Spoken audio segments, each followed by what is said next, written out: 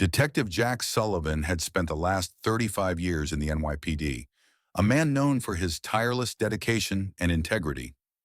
Yet, despite his unrelenting hard work, he had remained a shadow among his peers.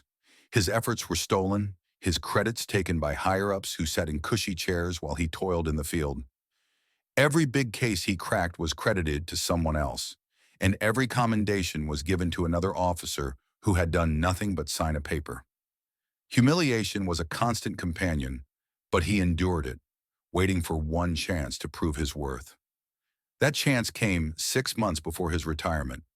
One evening, while cleaning out old files in the police archive, Jack stumbled upon an old case file marked impossible in red ink. Intrigued, he dusted it off and opened it. It was the case of the vanishing family, a case that had remained unsolved for the last 10 years. A wealthy businessman, David Monroe, along with his wife and daughter, had disappeared without a trace from their mansion in Manhattan. No ransom, no demands, no witnesses. The investigation had been exhaustive, yet every lead had turned into a dead end. After years of failure, the case was buried under bureaucratic dust. Jack saw this as his final chance. If he could solve this before his retirement, no one could deny him the respect he deserved. Jack reopened the case and studied every piece of evidence. His instincts told him there was something everyone had missed. As he re-interviewed the old witnesses, he found something strange. Every single person connected to the case had either moved away or refused to speak. It was as if the case was cursed. His first major clue came from an old CCTV footage from a traffic signal near the Monroe mansion. The footage was deemed useless at the time, but Jack noticed something. A black sedan that passed the Monroe mansion 3 times that night. The car was unregistered, and the number plate led to a dead end. Determined, Jack searched for the forensic officer who had examined the crime scene 10 years ago. The officer, Alan Werner, had retired and was now living in solitude. When Jack met him, he was hesitant to talk, but eventually revealed something chilling. "We found a single fingerprint at the crime scene, but we were ordered to ignore it."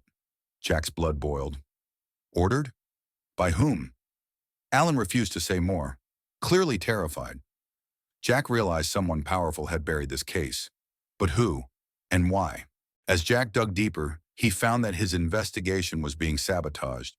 His reports went missing, witnesses retracted statements, and his phone was tapped.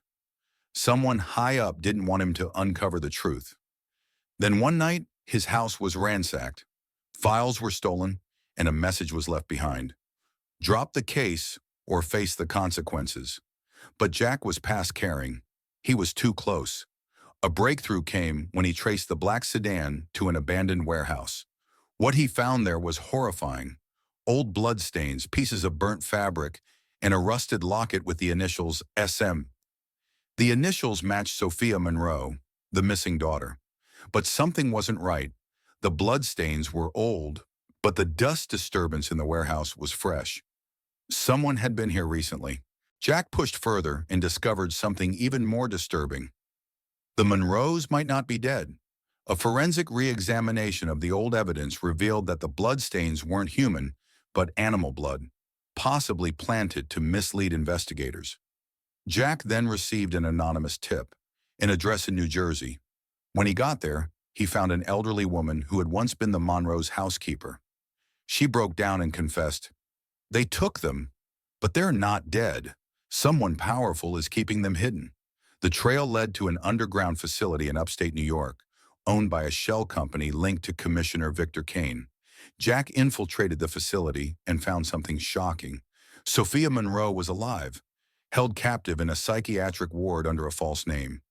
The records stated she had been committed for a mental breakdown, but when Jack spoke to her, she told him the truth. "My parents uncovered something they shouldn't have. It was about money laundering, drugs, and the police. They were going to expose it, so they were taken." Jack now had a new mission, not just solving a murder, but rescuing the Monroes. Jack now had proof, but the commissioner was powerful. If he made one wrong move, he'd be buried before the case ever saw the light of day. He needed something undeniable. He devised a plan. The commissioner had to confess. Jack secretly recorded a conversation with Rico Martinez, the gangster involved, then baited Victor into a meeting. He accused him outright. "You kidnapped them. You covered it up. You ruined lives." Victor smirked. "And? Who will believe you?" That's when Jack played the recording on his phone, broadcasting the confession to the entire police department through a hidden transmitter. But Victor wasn't going down easily. He pulled a gun, and a gunfight erupted. Jack, wounded but determined, managed to shoot Victor in the leg and arrest him. Backup arrived just in time to take Victor into custody. With Victor Kane exposed, the facility was raided, and David and Claire Monroe were found alive. They had been held captive for 10 years to prevent them from exposing the truth about police corruption. A day before his retirement, Jack stood before a press conference. The legendary unsolved case had been cracked. The Monroes got justice, and Victor was arrested for corruption, kidnapping, and conspiracy. For the first time in his career, Jack received a standing ovation. His name was on every news channel, not as a forgotten officer, but as a hero. As he walked out of the station for the last time, a young officer saluted him and said, "Sir, I want to be like you." Jack smiled. Finally, his life's work had not been in vain. He had won.